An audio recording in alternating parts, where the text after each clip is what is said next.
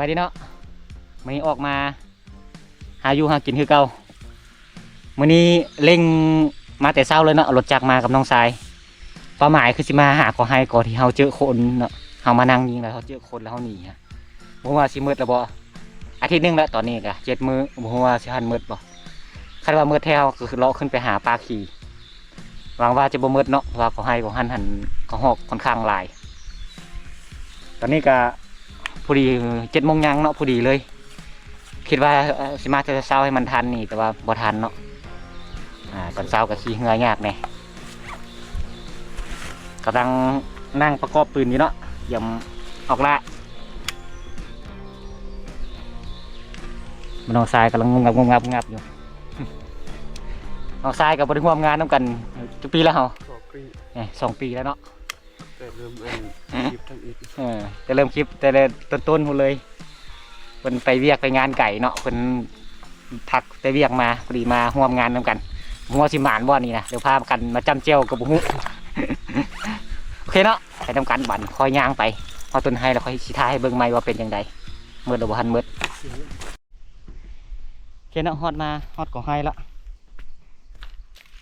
มาเห็นก็ห้องเบาตัวนึงเนาะอย่างงานนี่ยิงแล้วว่ะบดถ่ายคักได้ลงมาลุ่มต้องใส่โต๊ะแล้วโซกบ่เห็นโอ้เสียดายนะห้องเบาเนาะแล้วมาให้นี่เหลือน้อยเดียวนึงเนาะแล้วก็มีห้อยเขามายิงอีกเทื่อที่2คิดว่าสิให้แต่น้องนั่งเนาะก่อนเอาสิไปเลาะบอลอื่นเนาะห้อยก็ห้อกิน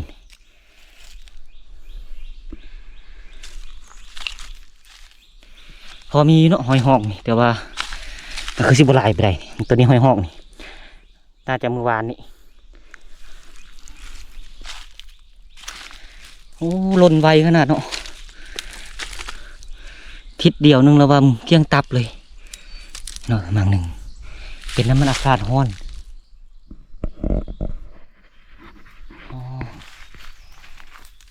สิดักนี่บึ้ดนึงเนาะประมาณ9 โมง 10 โมงเขาจะขึ้นไปหาปลาขี่ให้น้องดักคนเดียวเอาก่อนมีอยู่หอกกับสิโบราณกันได้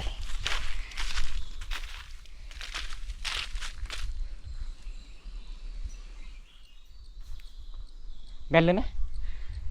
แบนปืนรถนี่แบนจะงารถ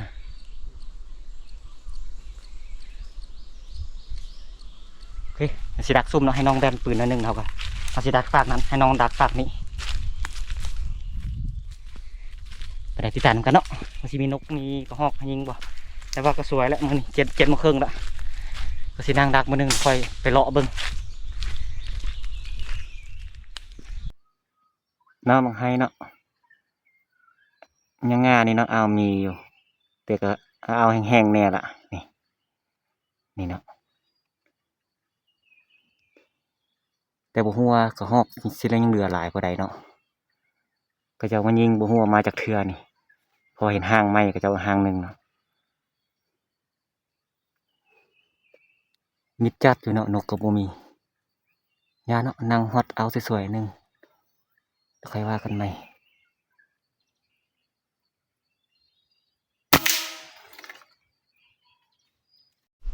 โอ้เสียดายเนาะ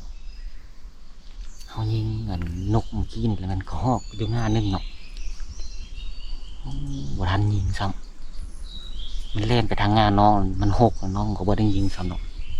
มันเล่นลงแล้วกระหอกตัวนั้นนะ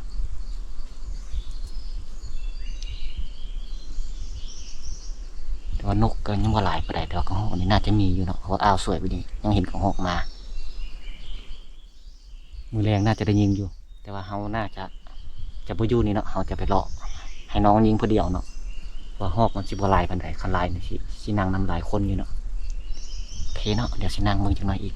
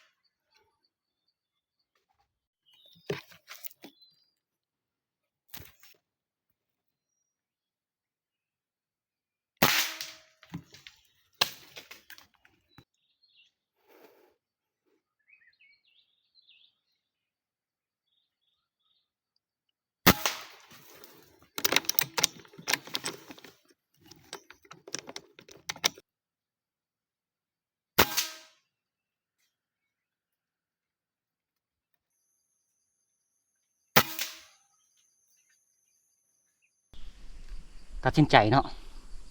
สินั่งก็ให้น้ำน้องเลยเพราะว่ากระหอกนี่เห็นมาหลายอยู่เนาะเขายิงบาดทำยิดแล้วมันทึกงามไว้ทางหน้าเขาบ่ทึกตกกระหอกซ้ำส่วนบาดที่สองแล้วมันยิงตกคักบ่คักแล้วไปซอกบ่เห็น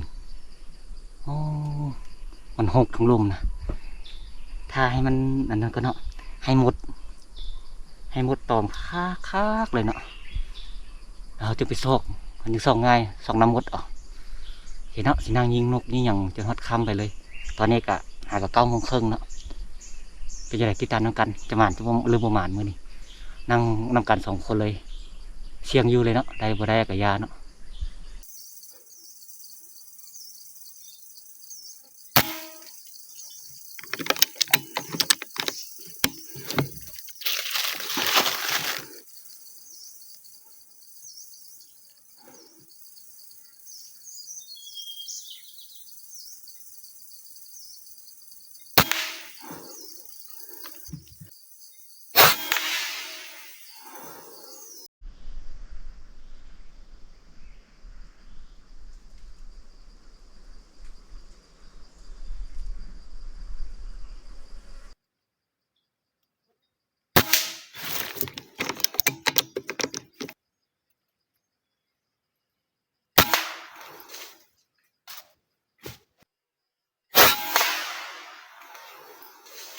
เห็นเนาะเมื่อกี้นี่ก็ฮอกมา2 ตัว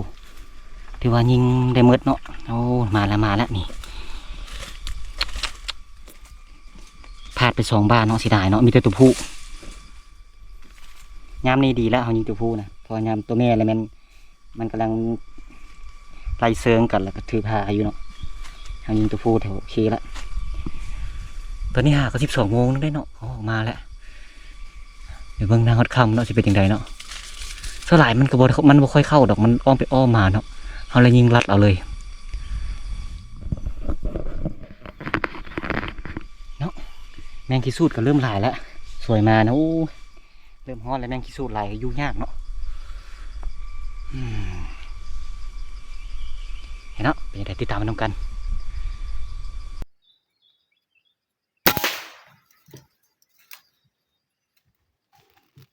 เรียบร้อยเนาะ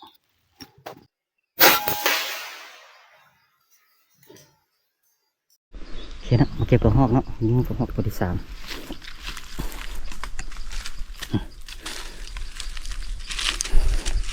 เขาส่องกล้องใส่คิดว่าเป็นตัวหอกเนาะเพราะว่ามันอยู่ในบอนมืดๆดำขลืออยู่เขาก็เลยเกาะซะเลยแม่นก็หอกเสยเนาะโอเคเดี๋ยวดักก่อนดักเติมกันเนาะจะเป็นยังไงเนาะ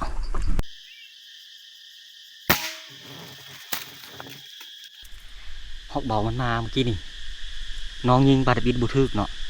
แล้วเขามายิงอีกป่ะเขายิง3 บัน 1เขาเห็นโกดมันเขายิงเลยเพราะว่ามันอยู่ง่าน้องยิงปั๊บแล้วมันเจ็บแล้วมันเล่นออกมาเนาะแล้วน้องซ้ำออก3 บาทถือว่าเป็นหอกเบาเนาะใหญ่ขนาดนี้โอเคเนาะอย่าดักต่อยังมีเวลาหลาย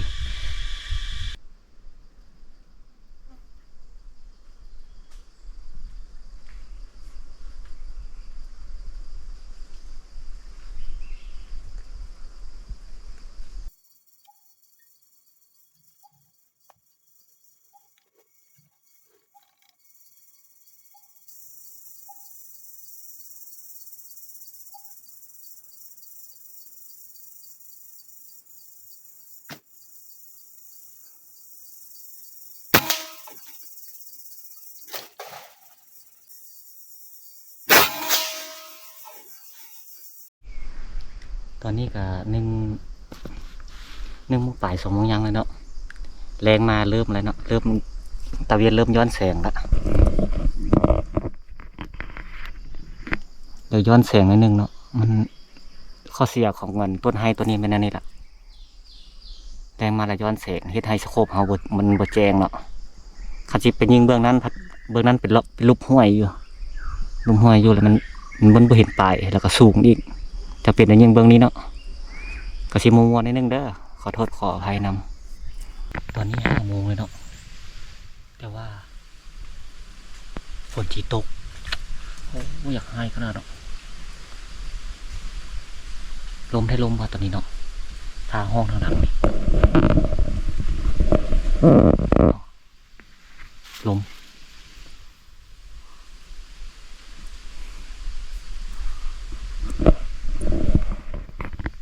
หดย้ำก็ห้องมาแล้วเป็นอย่างนี้ตายแท้หวังว่ามันจะบ่ตกเนาะตกเหนียวบ่เดียวแหละบริยิงแต่มื้อนี้ค่ำเลยเนาะก็หอกมันมาค่ำหลังจากยิงกันหอกเบาแล้วก็ยิงก็หอกกันดิก3 ตัวแต่ว่าศอกบ่เห็น2 ตัวตกคักได้คักว่าเนาะแต่ว่าบ่ถึกเนาะตอนค่ำในหอกเบาตัวหนึ่งกับหอกดิกตัวหนึ่งเนาะแต่ตอนเอาสวยๆในหอก4 ตัวรวมเป็น6 ตัวเนาะแล้วก็นก4-5 ตัวป้าในเงึดกับหอกนี่เป็นยังไงเนาะบนได้ละไอ้ตัวนี้นะยิงมาค้างอยู่ในนึงนี่นะหาวนึงแบบเดินลงมาฮอดพี่ละเดี๋ยวนี้นะยังงงอยู่ ตกมันดินต่อนี่ โบดีนเลยนะฟังมีจัดตัวนี้คือกันยืดแต่วานหอกเบานะดินนะโอเคเนาะเดี๋ยวซอกตื่มก่อนบ่เห็นก็จำเป็นละโอเคเนาะสรุปผลงานแต่ว่าบ่เห็นก็หอกบ่อย่างหนึงก็เสียก็หอก4 ตัวเนาะตอนแรงเสีย2 ตัวตอนแรงบ่น่าเสียเพราะตกคักตกแน่อยู่เนาะผลงานเดี๋ยวก็หอก6 ตัวกับตัวนก6 ตัวรวมเป็น12 ตัวเนาะผู้ใดได้หอกเบาผู้ละตัวถือว่ามา2 คนก็ได้ผู้ละ3 ตัวก็โอเคอยู่เนาะพออยู่พอกินเสียดายมื้อนี้นะโอ้ผิดพลาดยิงบ่อยากตายปานใดซอกก็บ่เห็นเด้คันฮู้ว่ามีหอกซำนี้สิแม่นให้ผู้เดียวนั่งเนาะเฮาเลยไปนั่งหาต้นมะขีมาหยังนั่งคิดว่าสิมีอันห้อยกินหลายเนาะเพราะว่าเฮาเบิ่งอยู่กองมันบางไห้ห้อยกินหลายแต่ว่าก็หอกพัดประมาณ10 ปลายหนิดนึงแล้วก็หอกนะตัวทันยิงแน่บ่ทันยิงแน่โอเคเนาะบัดนี้เฮาสิกลับก่อนบัดนี้คลิปต่อไปคิดว่าจะไปขึ้นไปเบิ่งก่อไฮกลางสันเนาะแล้วก็เบิ่งมาคีบางอย่างนี้กลับก้อนบัดนี้นะ